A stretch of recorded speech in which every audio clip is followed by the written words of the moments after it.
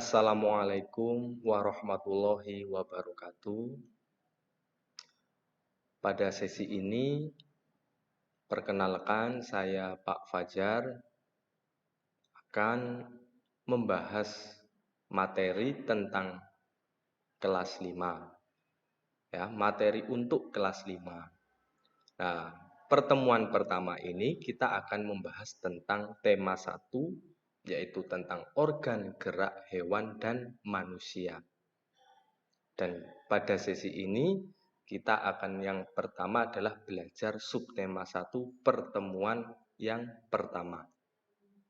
Semoga dalam video ini nanti anak-anak bisa menyaksikan dengan baik dan bisa memahami apa yang Pak Fajar sampaikan dan bisa membantu kalian dalam belajar.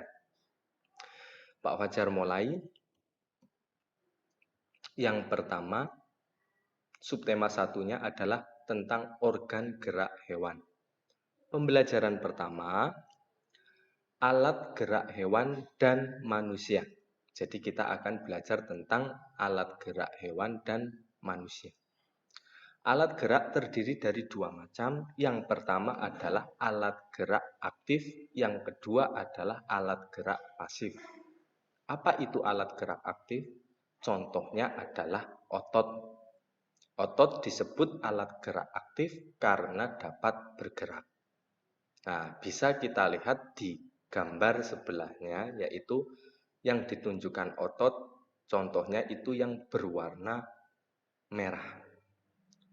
Jadi ini gumpalan ini yang berwarna merah, itu contoh gambaran otot kita pada lengan manusia. Kenapa disebut aktif? Karena dapat bergerak. Yang kedua adalah alat gerak pasif. Contohnya adalah tulang. Kenapa tulang disebut alat gerak pasif? Karena tanpa gerakan otot, tulang tidak dapat melakukan gerakan. Jadi tulang manusia atau tulang pada hewan dapat bergerak itu karena yang menggerakkan adalah otot.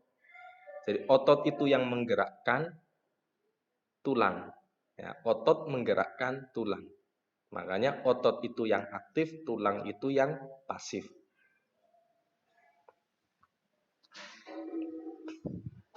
Kemudian muatan yang kedua adalah bahasa Indonesia. Pengertian ide pokok. Informasi utama disampaikan melalui ide pokok teks, suatu teks. Ya. Jadi informasi utama pada suatu bacaan atau teks itu disampaikan melalui ide pokok. Ide pokok merupakan inti atau dasar permasalahan suatu teks. Jadi dari seluruh bacaan atau cuplikan bacaan itu ada ide pokoknya. Nah, ide pokok itu inti atau dasar permasalahan suatu teks. Ide pokok juga sering disebut pokok pikiran atau gagasan utama. Jadi anak-anak tidak perlu bingung lagi apa itu pokok pikiran, gagasan utama, dan ide pokok. Itu hanya sebutannya saja yang berbeda. Jadi sering disebut pokok pikiran atau gagasan utama. Nah, di bawah ini ada cara menentukan ide pokok. Cara menentukannya ada dua. Satu, yang pertama, bacalah teks dengan seksama secara keseluruhan. Jadi kalau ada teks bacaan, itu dibaca dulu secara keseluruhan. Yang kedua, setelah dibaca secara keseluruhan, carilah kalimat utama dari teks tersebut. Kita mencoba mencari mana sih kalimat utamanya. Nah, ide pokok biasanya itu terdapat di dalam kalimat utama tersebut. Contoh teks, ya, ini judulnya gurita. Gurita merupakan salah satu jenis hewan tidak bertulang belakang yang dikenal sebagai hewan yang cerdik dan pintar. Hal itu karena seekor gurita memiliki daya ingat yang cukup kuat. Gurita dapat memecahkan masalah yang dialaminya lebih cepat dengan cara mengingat pengalamannya ketika memecahkan masalah yang sama. Selain itu, Gurita juga dikenal sebagai perenang yang cukup cepat. Gurita menggunakan gerakan pendorong jet untuk bergerak cepat dan berenang jarak jauh. Jadi tentakelnya gurita itu seperti tenaga jet ya, mirip tenaga jet. Jadi dia mendorong dengan tentakelnya sehingga tubuhnya itu terlontar ke depan seperti itu. Nah, dari teks ini kita cari kalimat utamanya. Ternyata kalimat utamanya itu ada di kalimat yang paling atas atau kalimat pertama. Nah, dari kalimat utama yang sudah kita temukan, yaitu gurita merupakan salah satu jenis hewan tidak bertulang belakang yang dikenal sebagai hewan yang cerdik dan pintar, kita coba temukan ide pokoknya. Dan ide pokoknya dari contoh ini adalah gurita merupakan hewan tidak bertulang belakang yang cerdik dan pintar. Nah, ini ide pokoknya. Ingat tadi ada dua cara menemukan ide pokok. Yang pertama kita baca teksnya dulu. Yang kedua temukan kalimat utamanya. Setelah ketemu kita temukan ide pokoknya. Seperti itu.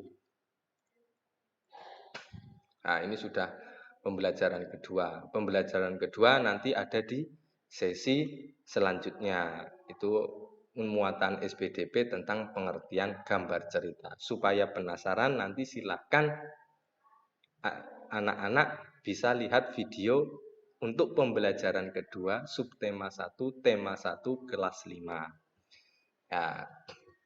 Jadi tadi kita sudah belajar tentang contoh teksnya, cara menemukannya, kemudian sudah mengerti apa itu ide pokok, cara menemukan ide pokoknya, kemudian yang pertama sudah Pak Fajar sampaikan itu tentang alat gerak aktif dan alat gerak pasif muatan pelajaran IPA. Jadi Pak Fajar ulangi lagi, poin pada sesi ini adalah kita belajar tentang alat gerak pada hewan dan manusia yang terdiri dari alat gerak aktif dan pasif, yaitu otot sebagai alat gerak aktif dan tulang sebagai alat gerak pasif. Kemudian cara menemukan ide pokoknya yaitu dengan yang pertama membaca secara keseluruhan, yang kedua adalah cari kalimat utamanya, dan apabila sudah ketemu kalimat utamanya, di dalamnya kita coba temukan apa itu ide pokoknya. Dan sudah Pak Fajar beri contoh yaitu teks bacaan yang berjudul Gurita, di mana kalimat utamanya adalah gurita merupakan salah satu jenis hewan tidak bertulang belakang yang dikenal sebagai hewan yang cerdik dan pintar. Ide pokoknya, gurita merupakan hewan tidak bertulang belakang yang cerdik dan pintar. Semoga pembelajaran pada sesi ini bisa dipahami anak-anak dan bisa membantu pembelajaran anak-anak di sekolah. Semoga bermanfaat. Sekian dari Pak Fajar. Wassalamualaikum warahmatullahi wabarakatuh.